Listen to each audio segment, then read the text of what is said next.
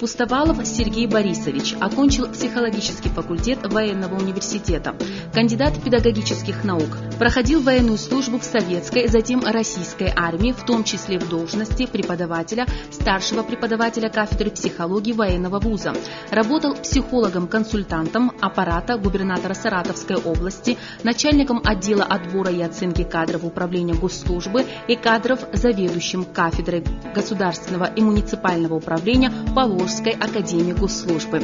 С 2004 года приглашен в Абхазию на работу заместителем начальника Сухумской школы милиции по учебной и научной работе. С 2005 года переведен в Министерство обороны Республики Абхазия на должность начальника отдела по работе с личным составом. С 2007 по 2011 год начальник Сухумского высшего общевойскового командного училища.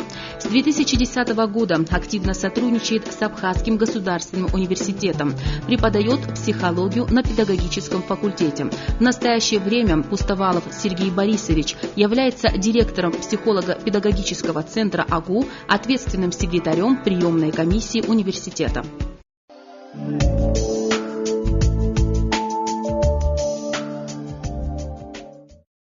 У многих молодых людей, у учащихся школ, у студентов есть проблема с памятью. Если учащийся, скажем, или студент, даже после многократного повторения не может запомнить определенную династию, там, неважно, абхазских царей, там, Рюриковичей, Романовых и так далее, что им делать? Я знаю, что есть абитуриенты, которые принимают определенные медицинские препараты. А нужно ли это? Спасибо за вопрос. Действительно, вы подняли тему актуальную, связанную с вопросами памяти, ее развития, в том числе в детском возрасте, в юношеском возрасте. Но, на мой взгляд, применение медицинских препаратов – это уже крайняя мера. И для того, чтобы улучшить память или как-то научиться использовать лучше ее ресурсы, для этого существует множество приемов мнемонических или мнемических, как их называют, которые могут помочь ребенку или студенту улучшить запоминание. Поэтому мне думается, что сначала нужно попытаться поработать в этом направлении, а уже затем обращаться к врачам. Можно тренировать память. Конечно, конечно. И среди молодежи достаточно много молодых людей, которые страдают депрессией. Но в то же время, возможно, из-за нашего менталитета молодые люди боятся огласки.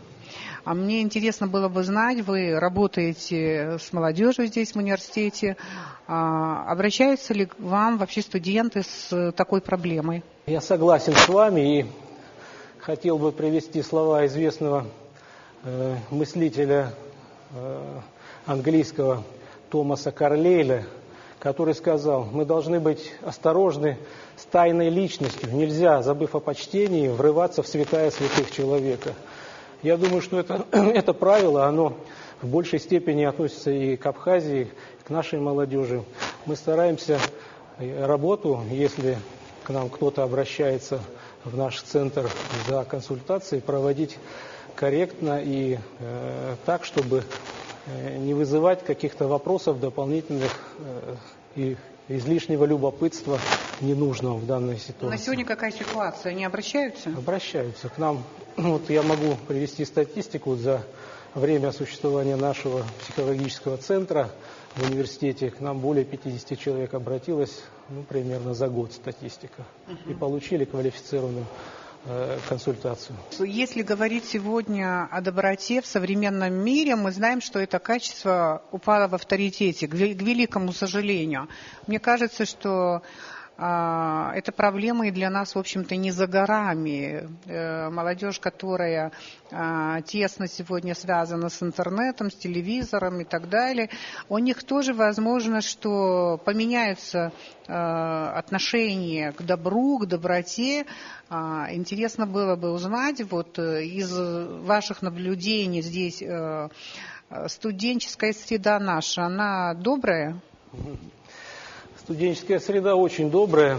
Если мы будем следовать тому девизу, который обозначил как тезис, как лозунг ректор нашего университета, академик Гварамий Олег Алексеевич, что образование должно стать национальной идеей в Абхазии, то мы, безусловно, сумеем решить самые главные вопросы образования. А это триединая составляющая.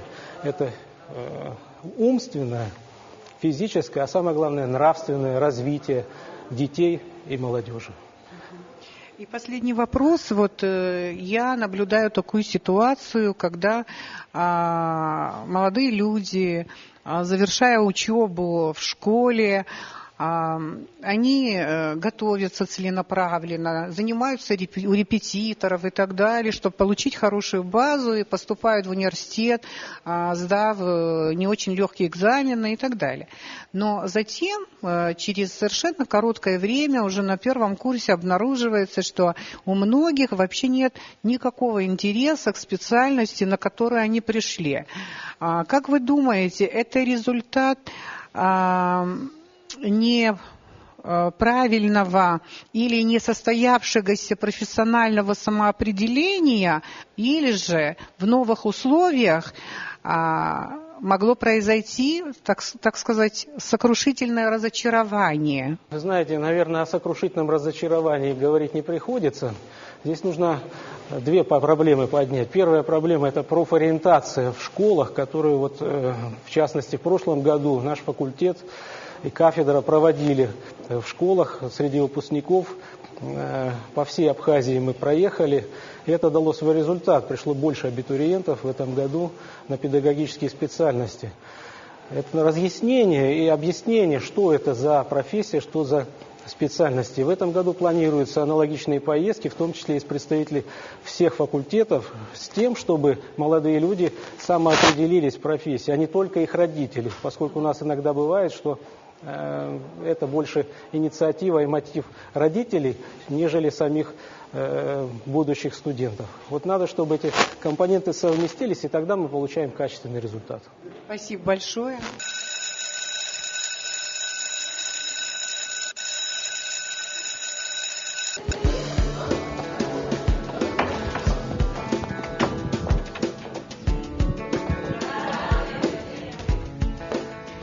И снова кафедра. Мы продолжаем телевизионные лекции с темой о психологии человека. Кандидат педагогических наук, директор психолого-педагогического центра АГУ Пустовалов Сергей Борисович. Хатырску асыша, хатырску аюша, хатырску астуденша, мшибзекуа.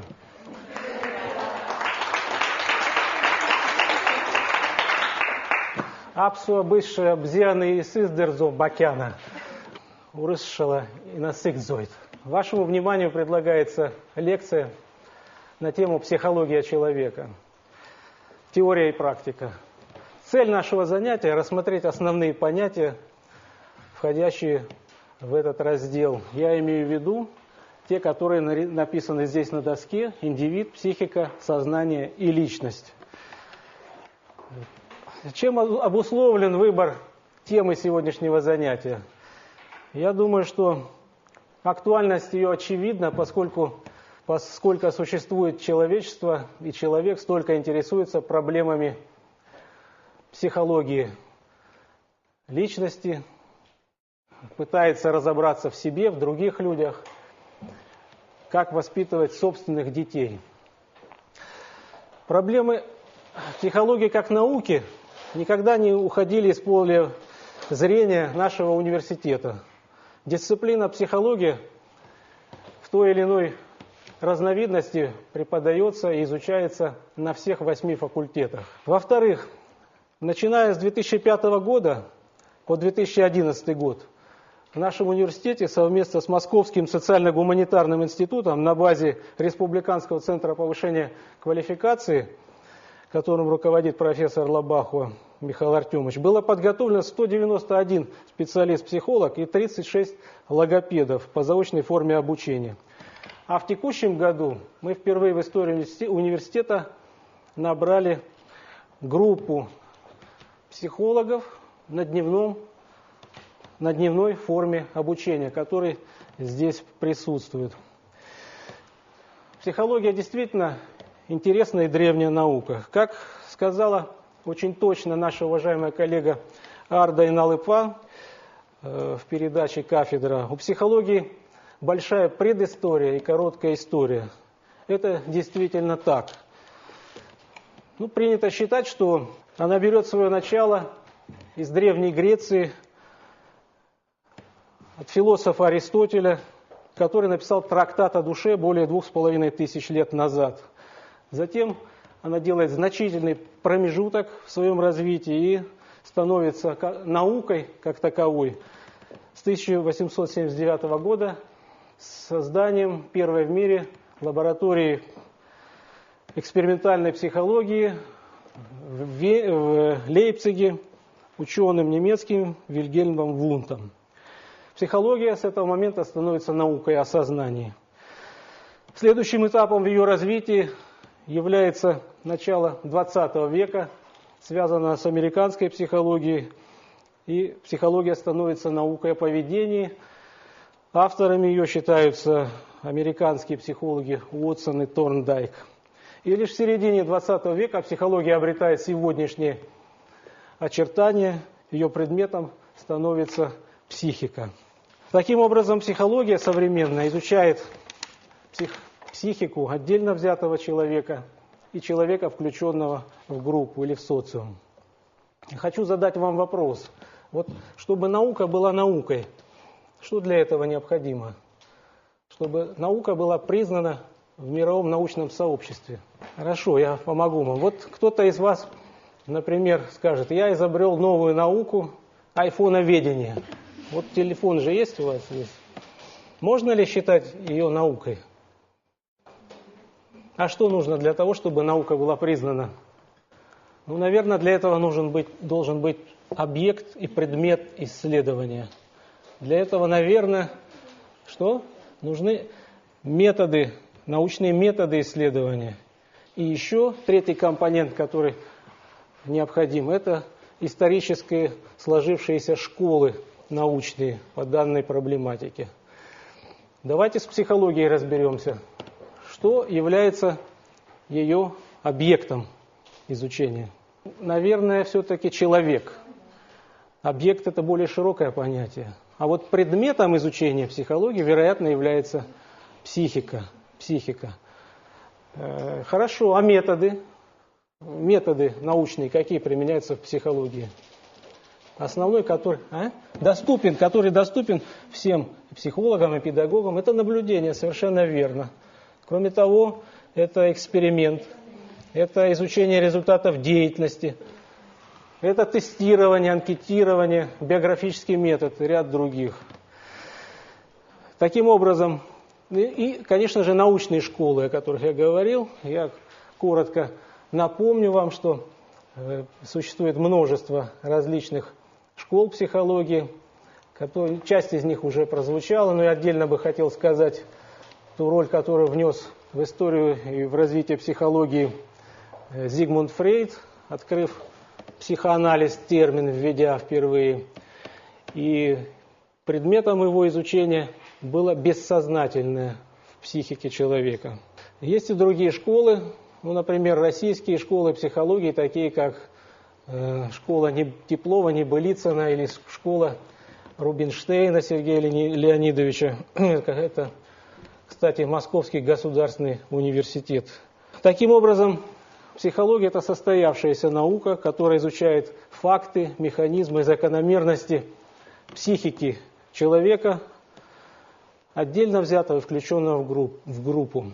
Раздел, который связан с изучением индивидуальной психики, называется персонологией. Раздел, который связан с изучением психологии группы, называется социальной психологией.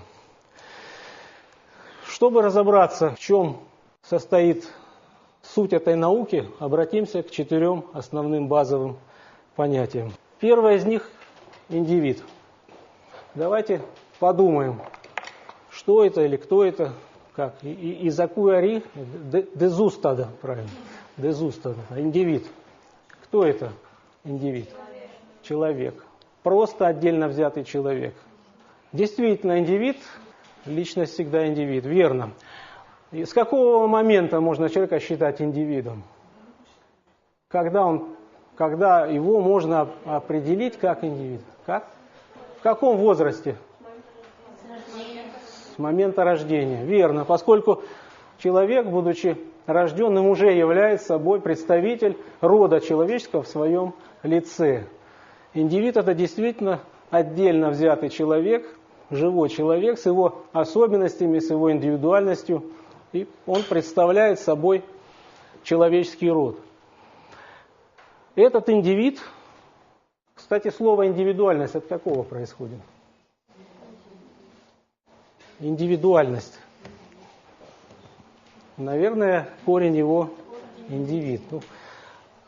А что же является причиной этой индивидуальности в каждом человеке? Отличия. Почему происходят эти отличия? Действительно, мы все разные, мы все думаем по-разному, видим по-разному, ощущаем по-разному. Наверное, здесь заложена вот эта разница в понятии психика. Вот здесь надо, конечно, разбираться. Что, на ваш взгляд, такое психика? А вообще, как дать определение? Вот мы говорим психика, мы хотим определить это понятие. Чтобы определить понятие любое, как правило, нам нужно ответить на два вопроса. Из чего состоит этот и для чего предназначен этот предмет или процесс. То есть структура и функции. Мы определяем структуру и функции. Давайте попробуем спросить себя, за какие функции отвечает психика у человека? Для чего она предназначена? Что она дает нам? Зачем она человеку? Психика является мостиком между человеком и всем тем, что его окружает. Что нас окружает? Нас окружает Адуней. Психика является собой инструмент для отражения окружающей действительности с помощью органов чувств, нервной системы и головного мозга. Психика позволяет чувствовать, видеть, слышать окружающий мир. На этот счет очень хорошо сказал древнеперсидский ученый Ибн Сина, или Авиценна, как его знают на Западе. 5 чувств от слуха и до зрения даются нам для внешнего общения, а мысль и память внутреннюю службу несут, определяя все решения. Как видим, у нас существуют определенные органы чувств и психические познавательные процессы, с помощью которых происходит отражение окружающей реальности, окружающей действительности. Вот психологи здесь находятся, могут мне, наверное, подсказать, какие психические познавательные процессы есть в структуре психики человека. С чего все начинается в этом мире? Как происходит связь человека с окружающей действительностью? С ощущения, верно, верно. Ощущения, то есть мы получаем информацию от окружающего мира с помощью 5 основных органов чувств. С помощью ощущений, психического познания. Восприятие, память, еще какие знаете вы. Психические познавательные процессы. Мышление. Совершенно верно. У меня есть на этот счет наглядное пособие. Сколько психических познавательных процессов вы знаете? Их всего 8. Я могу вместе с вами посчитать. Акы, Иба, Хпа, Хуба, Бшба, Впа и Бшба. Но давайте разберемся теперь, как устроена наша психика с помощью этого пособия. Итак, с чего все начинается? С ощущения. Следующее что? Восприятие, как комплекс ощущений, как комплексная работа психики. Следующее. Представление. Что такое представление? Представление есть отражение образов, воспринимаемых ранее, с помощью памяти в психике и сознании человека. То есть представить можно только то, что ранее воспринималось человеком. Следующий уровень. Что у нас получается? Представление. Внимание, слово есть такое. Внимание. И есть три высшие психические функции, которые есть только у человека, которых нет у животных. И я предлагаю найти место вот этому стержню. Что это может быть, на ваш взгляд? Какой психический познавательный процесс составляет стержень всего нашего психического восприятия? Память, совершенно верно.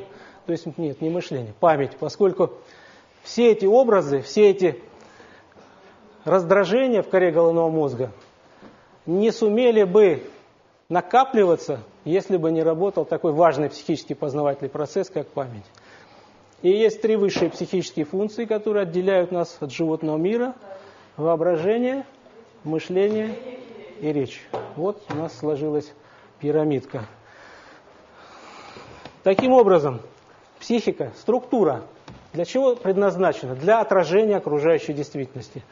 Структура из чего состоит психика? Психические процессы, мы сказали, познавательные в том числе, эмоциональные процессы в том числе. И есть еще такое важное слово, называется темперамент. Что такое темперамент? Вы наверняка читали или смотрели Александра Дюма «Три мушкетера». 4 классических типа темперамента представлены там персонажи. Кто? Д'Артаньян, Атос, Портос и Арамис. Наверняка Дюма писал с кого-то эти персонажи, с живых людей. Вот вам пример классических 4 типов темперамента. Холерик, сангвиник, флегматик и меланхолик. Скажите мне, психика дается от природы или формируется в процессе жизни человека? Ну, мы сказали, в структуру психики входит темперамент, познавательные способности, эмоции, задатки природные. Все это заложено от природы. Все это заложено от природы, дается человеку с рождения. Ну, и для того, чтобы психика существовала, для этого нужно 3 физических фактора или материалистических носителя. Какие? Головной мозг, нервная система и органы чувств. Тогда скажите мне, психика есть только у человека? У воробья есть психика? Есть? Почему? Потому что она также отражает объективный мир, видит, чувствует запах. То есть у него есть органы чувств, головной мозг и нервная. Верно. А мариал, а психика ямоума? Наверное, тоже есть. Если есть какой-то прообраз головного мозга, есть органы чувств, есть нервная система. Теперь скажите мне, с какого момента или времени появляется психика у человека? Если мы сказали индивид, рождение, наверное. Ну, давайте подумаем. Если для того, чтобы существовала психика, достаточно наличия головного мозга, органов чувств и нервной системы, то разве с момента рождения происходит это? Видимо, с момента формирования всех этих 3 компонентов. А значит, это происходит значительно раньше. И в этом смысле вы должны, наверное, какой-то вывод практически в том числе для себя делать. Вы, поскольку будущая молодежь, будущие мамы, папы, понимать, что психика ребенка формируется задолго до его рождения. И понимать, что психотравмирующие факторы – алкоголь, курение, наркомания, стрессы, конфликты – все это может нанести существенный ущерб развивающейся психике организма. Отсюда соответствующий вывод. Генофонд и национальный вопрос получается вполне понятно, от чего зависит. Поэтому надо к этим вещам относиться очень внимательно. Теперь давайте посмотрим, что такое сознание. Или это одно и то же, психика и сознание. А в чем разница? сознание ведь есть только у человека. Что может быть такое сознание? Сознание. Давайте попробуем ответить на этот непростой вопрос. Психика служит человеку для отражения окружающего мира. Сознание в этом наборе образов выбирает самое главное, существенное. Нет, психика отражает, собирает факты, как видеокамера производит съемку объектов, окружающей его действительности. А сознание из этих образов, из этого набора образов выбирает самое главное. Это называется существенные признаки предмета или... Нет, сознание это не способ. Сознание это высший этап развития психики. То есть это, если психику сравнить, например, с деревом, то корни, ствол, ветви, вот это все психика. А вот, видимо, плоды на этом дереве, наверное, это сознание. Но они могут появиться, а могут не появиться, потому что сознание не дается человеку от рождения. Вы, наверное, слышали, мультфильм видели, Маугли и другие истории, когда человек, попав в несвойственную ему обстановку, не научился ни говорить, ни думать, ни быть человеком. Так что такое сознание? Сознание – это высший этап развития психики, позволяющий человеку обобщенно отражать окружающую действительность. Не просто отражать окружающий мир, а обобщенно. Что значит обобщенно отражать? А это означает, что он должен из этих отдельных фрагментов информации выбрать самое главное. Найти существенные признаки и устойчивые связи между теми или иными предметами и процессами окружающего мира. Вот вы, проходя учебу в вузе, тем самым и занимаетесь. Или что такое конспектирование лекции? То есть вы из потока информации, из материала какого-то выбираете самое главное и записываете своими мыслями, оформляя. Вы проделываете очень важную тренировку сознания. С какого момента появляется сознание? Если психика до рождения, с рождения развивается, конечно. Когда можно... Вот говорят, несмышленый ребенок. Что значит несмышленый? Не развито. А что значит не развито сознание? То есть он еще не отличает хорошее от плохого. Не хорошее от плохого. Не отличает существенные признаки предметов и процессов. И вот как только маленький ребенок начинает понимать отличия, для чего это предназначено, для чего это, кто это, а кто это, и сознательно реагировать на эти вещи, вот происходит развитие сознания. Это примерно в 3-6 месяцев, по-разному бывает.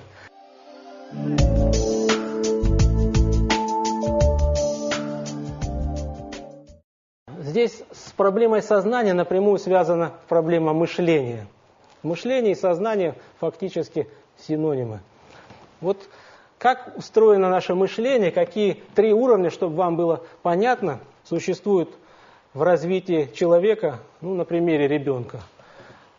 Есть 3 уровня развития мышления. Первый – предметно-действенное мышление. Что это такое? Предметно-действенное мышление. Ребенок оперирует предметами. Сколько будет 2 плюс 2? Нет.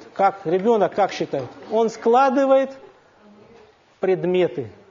Вот. Чтобы посчитать, сколько будет 2 плюс 2, он складывает предметы. Или пальцы, или счетные палочки.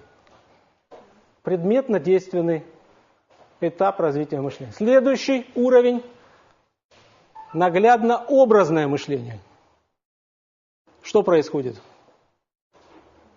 Происходит складывание не самих предметов, а складывание образов этих предметов в голове.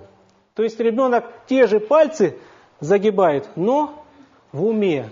Или складывает яблоки в уме. И только 3-й, высший уровень развития мышления называется абстрактно-логическим.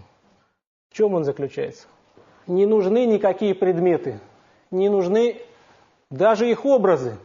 человек заменил их абстрактными символами. Что такое цифра или буква? Где человек мог их сфотографировать, образы их получить в природе? Нет, это он что сделал их? Выдумал, придумал. А это есть как раз воображение, о чем мы говорили, чем отличается представление от воображения. Сергей Леонидович Рубинштейн, на мой взгляд, очень точно обозначил вот суть процесса сознания и познания. Он писал: психологическое познание – это опосредованное познание психического через раскрытие его существенных объективных связей. Вот вам ответ на вопрос. Таким образом, сознание – это высший этап развития психики. Оно не дается от природы. Сознание развивается в процессе социализации, зависит от окружающих людей, от родителей, от взрослых, от старших, от сверстников. Если с ребенком начать разговаривать с рождения по-английски, он заговорит по-английски. Если говорить по-абхазски, он заговорит по-абхазски. Если с ним вообще не разговаривать, он не будет развиваться. Речь очень важный компонент мышления человека. У нас осталось завершающее определение – личность. Что же такое личность? Давайте попробуем определиться с этим понятием, с этой дефиницией. Итак, что такое личность? Кто это, вернее? Кого можно считать личностью? Человек. То есть это индивид, наверное, да, уже у нас есть. 4 существенных признака понятия личность можно выделить. 4 существенных признака. Первое. У него должна быть развитая психика. То есть это должен быть полноценный человек. У него должно быть, естественно, он должен осознанно подходить, отдавать себе отчет, оценивать себя, окружающих людей, свои поведения, свои поступки. Но человек не может сам себя назвать личностью. Для того, чтобы быть личностью, наверное, должен кто-то другой это сделать. Так ведь? Получается, что третьим компонентом в понятии личность необходимо наличие чего? Социума или включенность в группу себе подобных. И четвертое, последнее, в этой группе, в этом социуме нужно чем-то заниматься общественно полезным. То есть приносить какую-то пользу, иначе тебя не оценят. Таким образом мы получаем определение, что личность – это индивид или человек, отдельно взятый, конкретный, с индивидуальными психологическими качествами, свойствами, с развитой психикой, сознательно осознающий свое положение, место в этом мире, то есть обладающий сознанием, включенный в группу социальную и занимающийся в ней общественно полезной деятельностью. Вот определение личности. С какого времени можно считать человека личностью? Сложный вопрос. С момента рождения? Ну, вряд ли еще общественно полезная какая-то деятельность. Это правильно. Это правильно. И это верный и правильный подход. Включенность, вовлеченность в социум, включенность в семью, в коллективную ответственность за фамилию, за семью. Это очень полезное и хорошее свойство, которое не всем, к сожалению, народам характерно. Да. Наверное, все-таки понятие личность становится актуальным тогда, когда ребенок, человек маленький, начинает себя проявлять, свое «я», самосознание у него происходит, и он пытается подражать взрослым, как-то вот себя демонстрировать. Вот психологи и педагоги выделяют возрастной кризис 3 лет. 3 лет. Наверное, это с чем-то связано, потому что в это время как раз среди сверстников происходит первичное вот это распределение ролей, вживание в эти социумы. И, наверное, вот в этом период можно говорить о том, что человек уже становится маленькой личностью. Подытожим весь наш разговор. Таким образом мы получаем индивид и психика, 2 связанных между собой понятия. Сознание и личность также связаны между собой. Я думаю, что здесь мы найдем существенную связь, о чем мы говорили, что сознание позволяет нам устанавливать эти объективные связи, если нарисуем вот такую стрелочку и поймем, что постепенно психика человека превращается, развивается до уровня сознания, а индивид превращается в личность. Вот такая простая и в то же время достаточно сложная схема, которая, на мой взгляд, позволяет определить базовое содержание всей дисциплины психологии человека. Это был первый вопрос, связан с теорией. Я коснусь и второго вопроса, связанный с практикой. Имеется в виду то, что не может быть теории без практики. Нельзя готовить специалистов, психологов, не понимая, где они найдут свое предназначение в работе, в дальнейшей, в жизни. Поэтому мы устанавливаем и поддерживаем серьезные связи с образовательными структурами Абхазии. Решением ученого совета больше года назад на нашем факультете был создан психолого-педагогический центр, который я возглавляю. И одной из задач, из функций этого центра является как раз психолого-педагогическое сопровождение учебной деятельности и вот эти наведение этих мостов, создание этих связей с структурами, которые в будущем, в которых в будущем себя находят свою работу психологи. Скажу вам, что за время существования центра мы провели ряд мероприятий, в том числе по инициативе управления образования города Сухум Таркила Станда Зауровны. У нас было проведены курсы повышения квалификации школьных психологов города Сухум. И я должен с удовлетворением сказать, что из 15 школ, которые в городе существуют, подавляющее большинство психологов в школах – это выпускники нашего университета. Кроме того, психолого-педагогический центр оказывает различные виды, проводит различные виды работ, в частности психоконсультирование, психодиагностические мероприятия. Более 50 человек за указанный период обращались к нам в центр и получили ответы на свои вопросы. В этом году запланирована научно-исследовательская работа, связанная с изучением проблем адаптации студентов-первокурсников к обучению в ВУЗе. К этой работе привлекаются в том числе и студенты дневного отделения, первого курса направления психологии. Я думаю, что эта работа будет завершена написанием научной статьи. Студенты получат практику в проведении такого рода мероприятий. И еще раз с удовлетворением могу отметить, что, например, студенты экономического факультета, с которыми мы работали, первого курса, я имею в виду, получили очень высокие оценки по тесту интеллекта, который тоже входил в план изучения, или IQ, как говорят. Очень высокие оценки, у них такой ровный, стабильный курс. Это означает, что люди пришли мотивированно учиться, что они готовились к обучению в университете, и что они, несомненно, справятся с учебной нагрузкой. В нашем центре, кроме того, существует библиотека, достаточно обширная психологической литературы, электронная библиотека.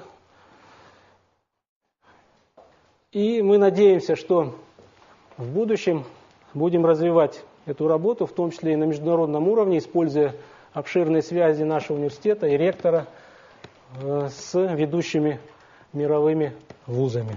На этом я завершаю свою лекцию. Какие будут вопросы?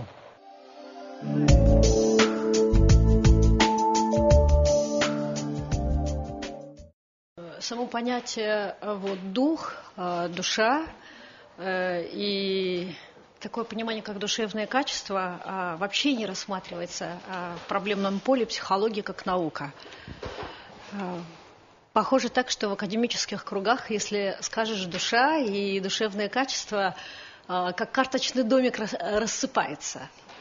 Вот в связи с этим я бы хотела, чтобы вы ответили бы примерно на такой вопрос. Применяемые психотерапевтические направления, да, на Западе, принято считать, что они являются немного неэкологичными для народов с отличной от Запада культурой. Дело в том, что принято считать, что они не отражают, не охватывают и не учитывают особенности менталитета народа. Что бы вы по этому поводу могли бы сказать? Спасибо за вопрос. Действительно, очень важная и актуальная тема.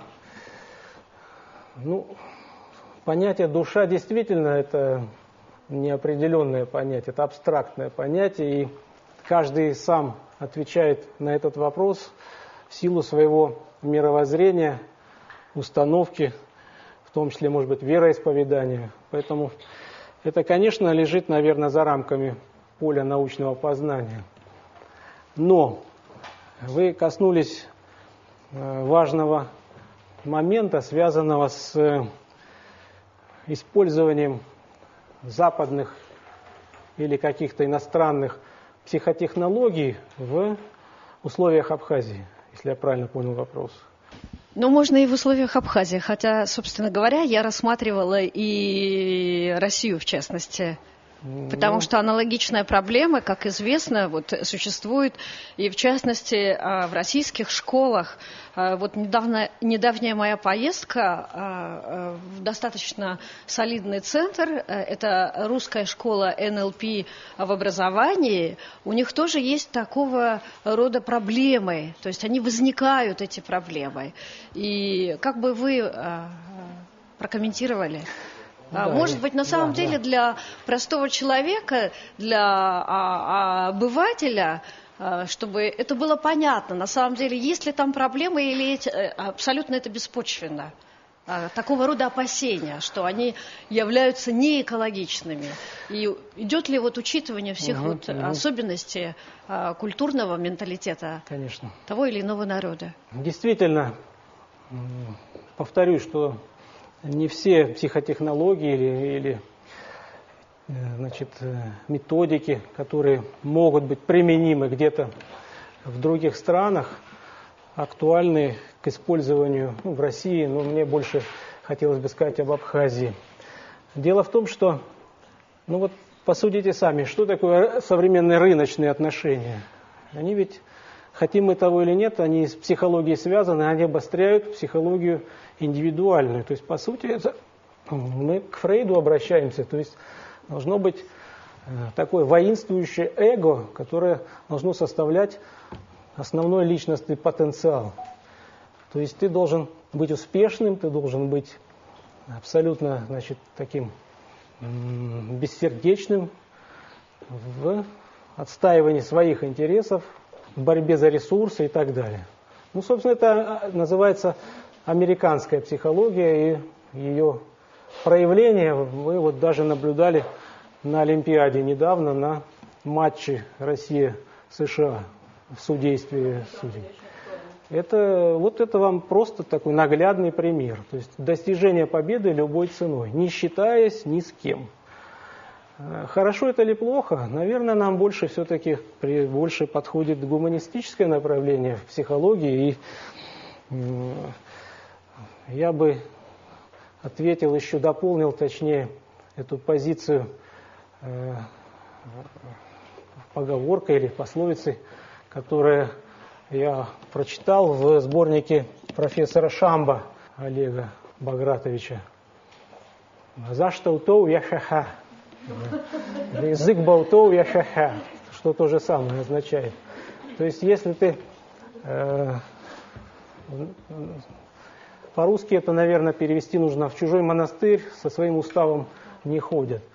Значит, любые технологии, техники должны быть адаптированы к тому менталитету, к тому этносу, к той территории, в которой она применяется. Бездумное копирование подобного рода вещей не просто может не принести успех, оно может в том числе и нести за собой определенную психологическую угрозу.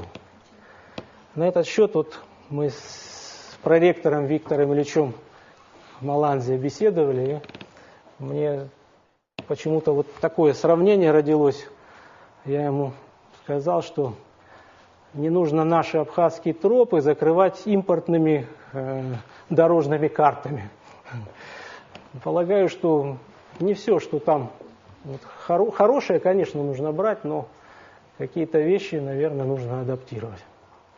Скажите, пожалуйста, может ли называться личностью человек стать личностью человек с врожденными или приобретенными пороками развития?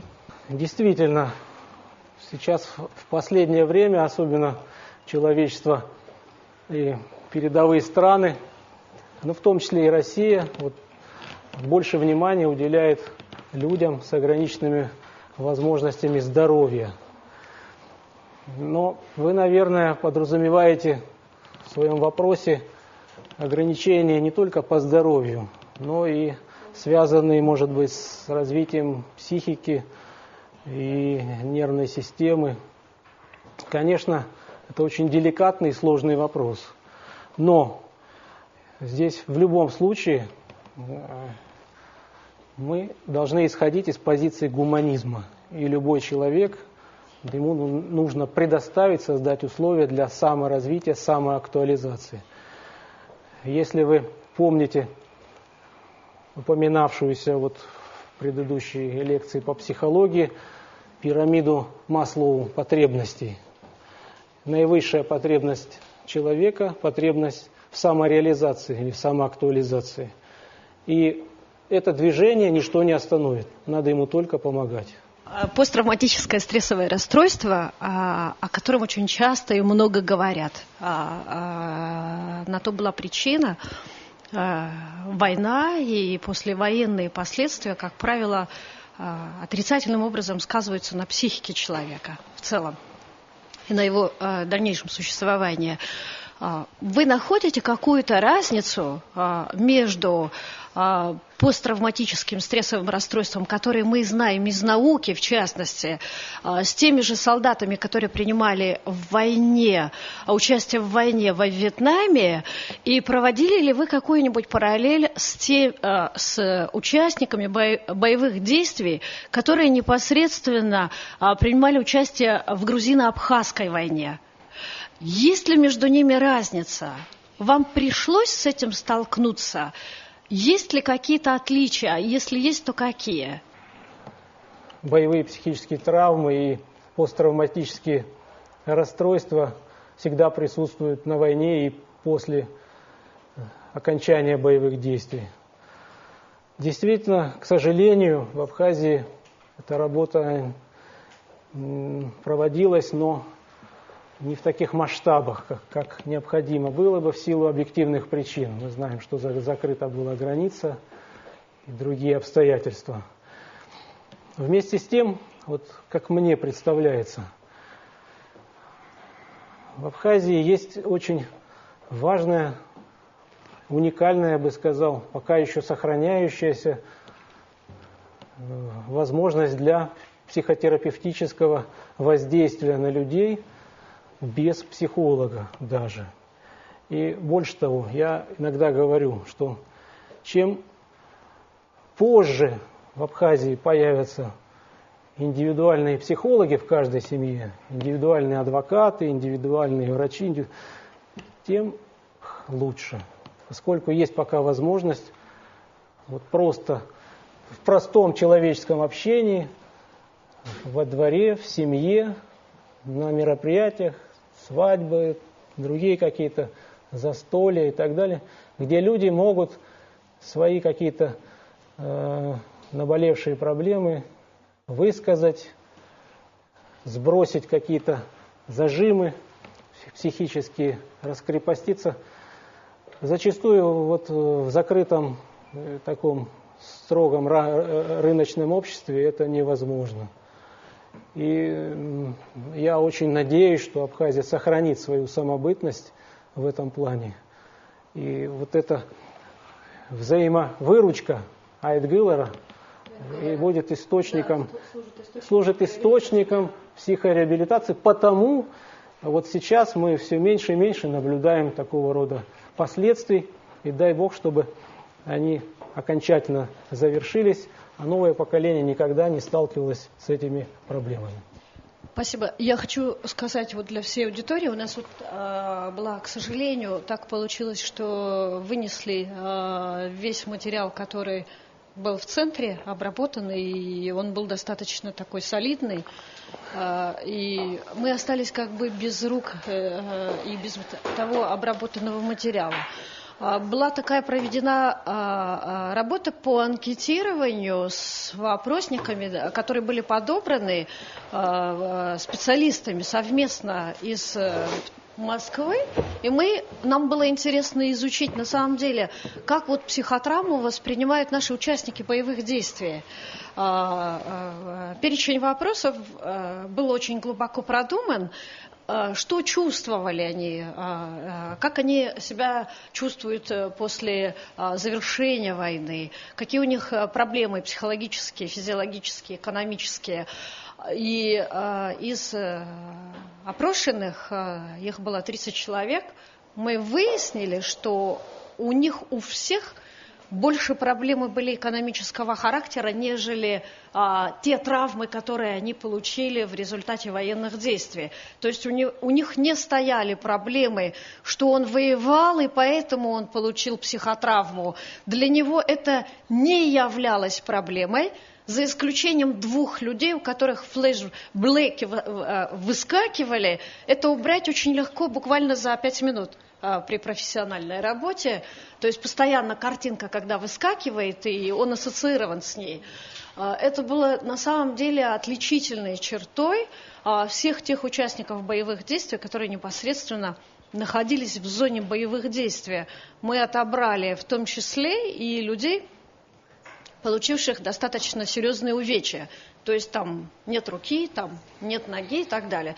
То есть это отличительная черта. Поэтому, когда нам проводят параллель и говорят, что участники боевых действий во Вьетнаме и пытаются методики, техники, которые применяются с ними, перевести сюда на наших участников боевых действий, является просто неоправданной и неэкологичной. Это тот случай, когда мы говорим о неэкологичности, о неадаптированности и неучете особенностей менталитета народа. Это вот такой вот очень интересный был момент. Сергей Борисович, я бы хотела вернуться еще раз к теме психолого-педагогического центра. Мы знаем, что при педагогическом факультете существует несколько кафедр, и на 2 кафедрах, кафедры ПМНО и кафедры педагогики и психологии, выросли, можно сказать, достойные преподаватели психологии. Мы знаем, что направления работы различны, но хотелось бы задать вам вот такой вопрос.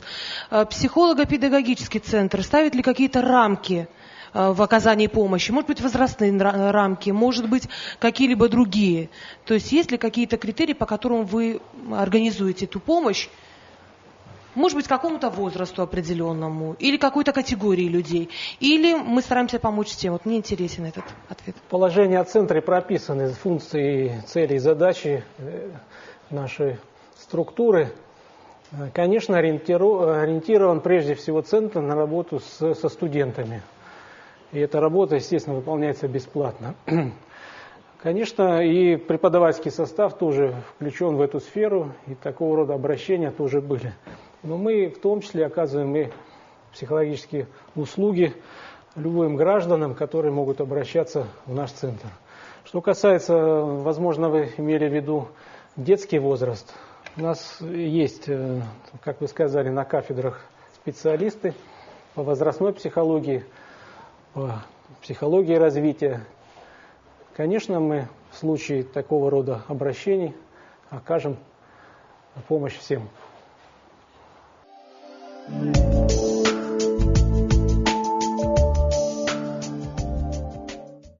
После войны, во-первых, не произошла такая массовая психологическая реабилитация, в которой нуждались очень многие люди.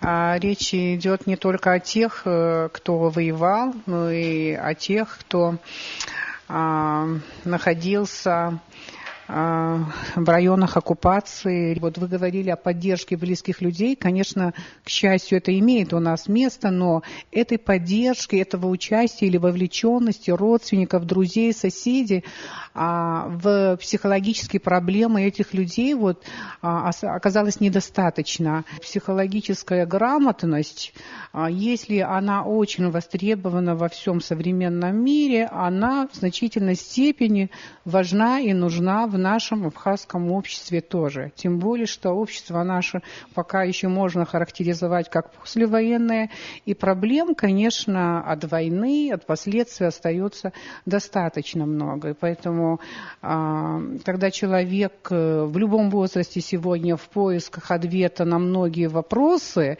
которые были вызваны к жизни и войной, и послевоенными трудностями, и просто вообще, в общем-то, мы живем в не очень простом глобальном мире, да, когда жизнь не является волшебной скатертью, проблем, трудностей возникает очень много. Поэтому эта грамотность психологическая, она в помощь каждому человеку. В школах должны работать психологи, должны работать, и работать неформально. Это очень важно. Очень важно, чтобы студенты, которые обучаются у нас, а на всех специальностях, факультетах у нас, насколько я знаю, преподается психология, да, отношение к этой дисциплине, чтобы было неформальным, чтобы студенты поняли, что это важно, это серьезно, это нужно для жизни. Спасибо вам большое. Это была кафедра лекции на абхазском телевидении. Спасибо.